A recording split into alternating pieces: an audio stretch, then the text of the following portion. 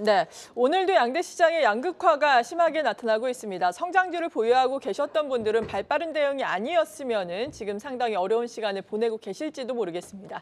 오늘 개장의 트렌드 살펴보면서 유망 종목 제시를 해드립니다. 이광무의 트렌드 투자입니다. 네, 안녕하세요. 네, 돈이 되는 뉴스 트렌드 투자 이광무 전문가입니다. 자, 전일 미증시에 대한 FOMC 일정까지 모두 다 소화를 했습니다. 이로써 이제 시장에서 기다렸었던 이벤트는 지났다. 이제부터는 시장에 대한 재정비를 보자라고 이야기 드리겠고요. 특히나 이제 기업 밸류업 프로젝트에 대한 내용으로 인해서 저 PBR 그리고 특히나 대형주에 대한 시장 움직임이 나오면서 코스피에 대한 지수를 하방 지지를 보여주고 있습니다. 물론 이제 여기 상대적으로 코스닥이 좀 부진하긴 합니다만 코스피에 대한 주가 흐름들은 결국엔 코스피의 지수를 코스닥에 대한 지수를 끌고 올 수 있기 때문에 시장 전반적으로 했을 때는 하방 지지 테스트를 종합적으로 받고 있다라고 보시면 좋을 것 같습니다. 자, 오늘 장에서 살펴봐야 되는 특징주 내용도 살펴보도록 하겠습니다. 자, 첫 번째는요.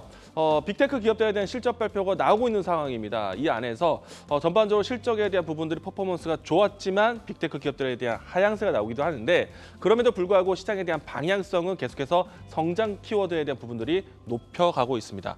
자, 마이크로소프트와 구글에서 실적 발표에 대한 혼조세가 있긴 했었지만은 AI 서비스라든지 특히 클라우드에 대해서 실적 부분이 상당히 좋았습니다. 결국에는 AI 산업에 대한 방향성이 이어지고 있다는 것이기 때문에 시장이 만약에 혼조세의 모습, 혼동의 모습이 있다라면은 이와 같이 앞으로 미래지향적인 사업에 대해서는 관심적으로 보자라고 이야기드리겠습니다. 자, 두 번째는요. 오늘 장 초반 때부터 해서 큰 뉴스라고 생각이 되는데요. 자, 일본 당국에서 이 대한항공과 아시아나에 대한 합병에 대해서 승인을 했습니다. 다만 이 안에서의 조건부 승인을 좀 요청을 했는데 이 내용 뒷부분에서 확인해 보도록 하겠습니다. 자, 그리고 세 번째는요. 수은법에 대한 개정안이 결국에는 1월 달을 넘어갔습니다. 이제는 남은 것은 2월 달에서 법 개정안이 이루어져야 되는데 앞서서 폴란드의 1차, 2차 방산 수출 계약에 대한 기대감을 가지고 있는데 수은법에 대한 지연으로 인해서 2차 수출 계약에 대한 부분들이 지연될 겁니다. 그러면 방산 관련된 종목들에 대한 움직임들이 더딜 수가 있는데 마지노선은 6월 달까지 해야 됩니다. 그런데 마지막 이 마지노선을 위해서는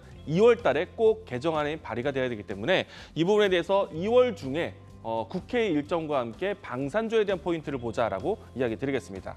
자, 오늘 여러분들과 함께 살펴볼 대한항공과 아시아나항공에 대한 합병에 대한 이야기들 건네보도록 하겠는데요. 자, 통합 LCC에 대한 키워드를 이제 우리가 관심 있게 봐야 될 겁니다.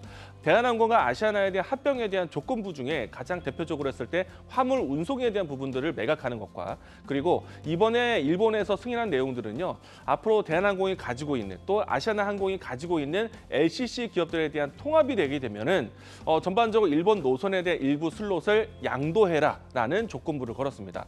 자, 그렇게 되면은 일단 통합 LCC에 대한 존재에 대해서 중요하게 봐야 되는데 자, 진에어, 에어부산, 에어서울에 대한 통합으로 인해서 시장에 대한 구조 조정이 나온다라는 것. 그러면 그동안에 많은 LCC에 대한 다양한 경쟁 속에서 이제는 압축이 되는 것이기 때문에 시장에 대한 과속점에 대한 걱정보다는 결국에는 LCC 산업에 대한 운송 비용에 대한 안정화가 나올 것입니다. 소비자에겐 조금 어려울 수는 있겠지만은 기업의 입장에서는 나아지는 것이다라고 얘기드리겠고요.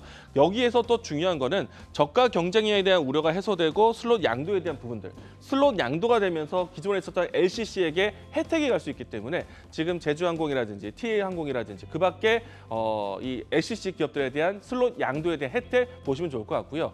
여기에서 또 중요한 거는 아시아나항공과 대한항공이 가지고 있는 유럽 노선 그리고 아시아나항공이 갖고 있는 화물 운송 제주항공과 TA항공이 대표적인 기업이다라고 이야기드리겠습니다. 오늘 제가 준비한 종목은요. TA항공입니다.